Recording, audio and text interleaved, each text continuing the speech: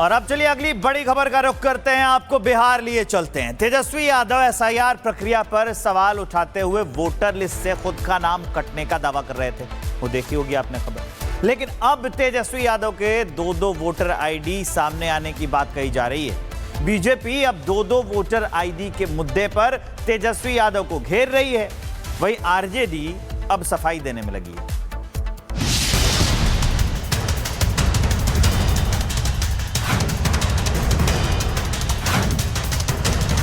क्या तेजस्वी का नाम वोटर लिस्ट से कट गया है या फिर तेजस्वी जानबूझकर गुमराह कर रहे हैं?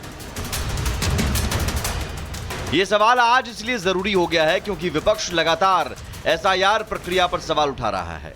तेजस्वी अपना नाम काटने का आरोप लगा रहे हैं, तो वहीं राहुल इसी की खामियों को लेकर एटम बम फोड़ने की धौंस दिखा रहे हैं। हालांकि अभी तक न तेजस्वी का आरोप सिद्ध हो पाया है और न ही राहुल गांधी कोई खुलासा कर सके हैं। तेजस्वी पर तो उल्टा 2 वोटर आईडी रखने का आरोप लग गया है।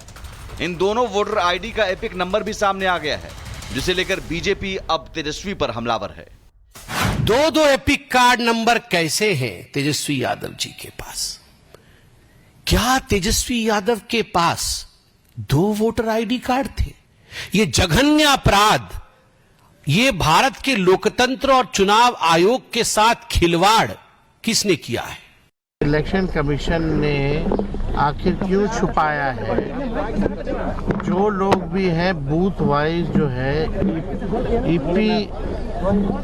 एपिक नंबर जो होता है, EPIC नंबर जो होता है, जो लोग जिनकी मृत्यु हुई है, जिनका स्थानांतरण हुआ है, या जो लोग जो है दूसरे विधानसभा चले गए हैं या शिफ्टेड हैं, आज उन लोगों को कम से कम इलेक्शन कमीशन को बताना चाहिए कि आखिर क्या कारणवश जो है नाम काटा गया। नाम काटा है तो नोटिस दिया है कि नहीं दिया है? एसआईआर प्रक्रिया के तहत 65 लाख वोटर्स का नाम कटा जरूर है, लेकिन जिनका नाम छूट गया है उन्हें अपने वैलिड दस्तावेजों के साथ 1 महीने का समय दिया गया है। यानी जो लोग वैलिड वोटर हैं उन्हें छोड़ा नहीं जाएगा। इसके बावजूद सिर्फ सियासी माइलेज लेने के लिए तेजस्वी का खुलेआम प्रेस कॉन्फ्रेंस कर झूठ बोलना एसआईआर के प्रति उनके नेगेटिव नजरिए को दर्शाती है। हालांकि बीजेपी ने पूछा है कि अगर तेजस्वी के पास 2 वोटर लिस्ट है तो आरजेडी के बाकी कार्यकर्ताओं का क्या हाल होगा?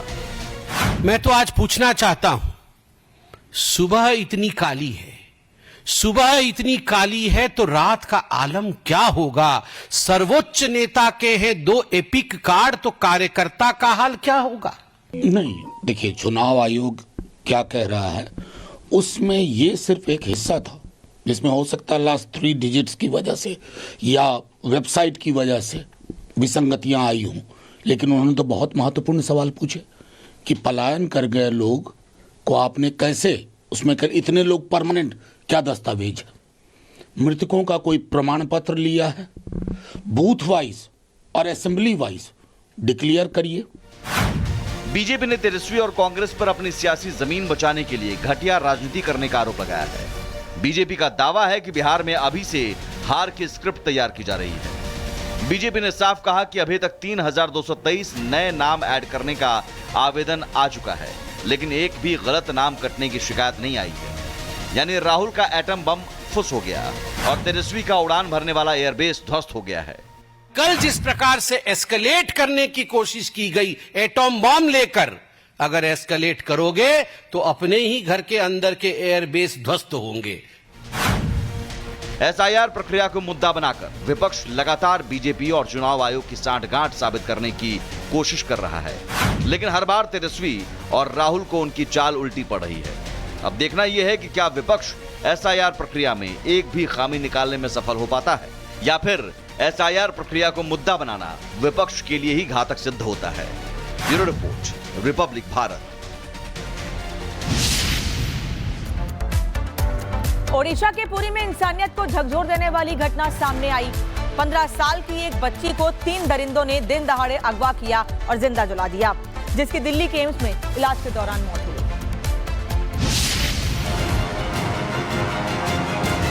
और अब चलिए अगली बड़ी खबर का रुख करते हैं। आपको बिहार लिए चलते हैं। तेजस्वी यादव एसआईआर प्रक्रिया पर सवाल उठाते हुए वोटर लिस्ट से खुद का नाम कटने का दावा कर रहे थे। वो देखी होगी आपने खबर। लेकिन अब तेजस्वी यादव के 2-2 वोटर आईडी सामने आने की बात कही जा रही है। बीजेपी अब 2-2 वोटर आईडी के मुद्दे पर तेजस्वी यादव को घेर रही है। वहीं आरजेडी अब सफाई देने में लगी है।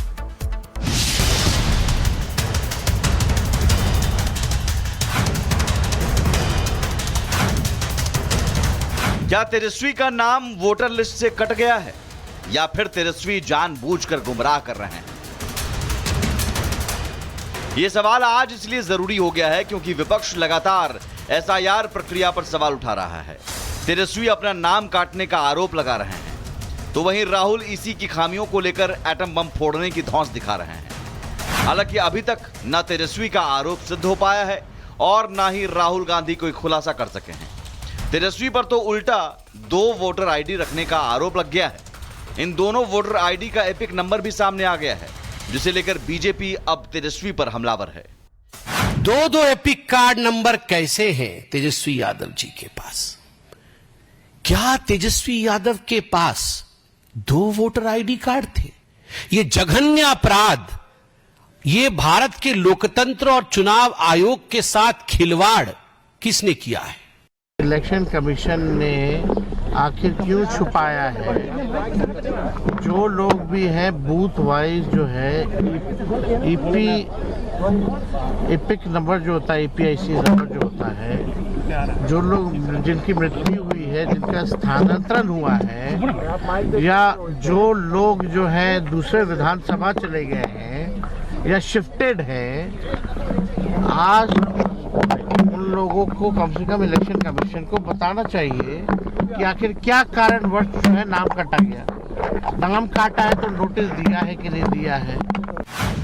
एसआईआर प्रक्रिया के तहत 65 लाख वोटर्स का नाम कटा जरूर है, लेकिन जिनका नाम छूट गया है उन्हें अपने वैलिड दस्तावेजों के साथ 1 महीने का समय दिया गया है। यानी जो लोग वैलिड वोटर हैं उन्हें छोड़ा नहीं जाएगा। इसके बावजूद सिर्फ सियासी माइलेज लेने के लिए तेजस्वी का खुलेआम प्रेस कॉन्फ्रेंस कर झूठ बोलना एसआईआर के प्रति उनके नेगेटिव नजरिए को दर्शाती है। हालांकि बीजेपी ने पूछा है कि अगर तेजस्वी के पास 2 वोटर लिस्ट है तो आरजेडी के बाकी कार्यकर्ताओं का क्या हाल होगा?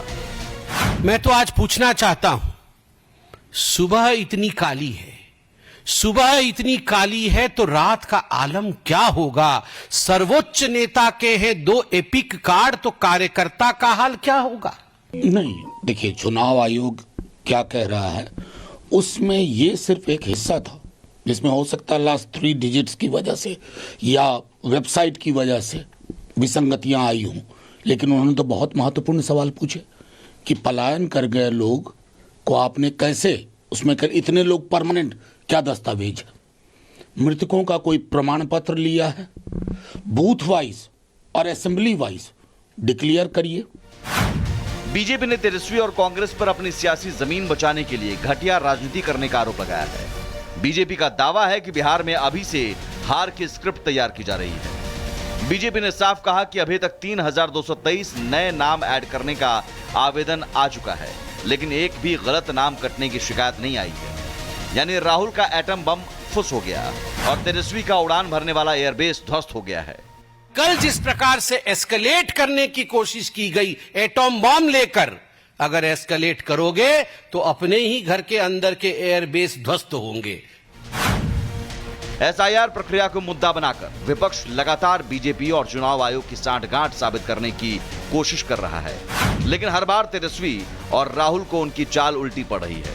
अब देखना यह है कि क्या विपक्ष एसआईआर प्रक्रिया में एक भी खामी निकालने में सफल हो पाता है या फिर एसआईआर प्रक्रिया को मुद्दा बनाना विपक्ष के लिए ही घातक सिद्ध होता है।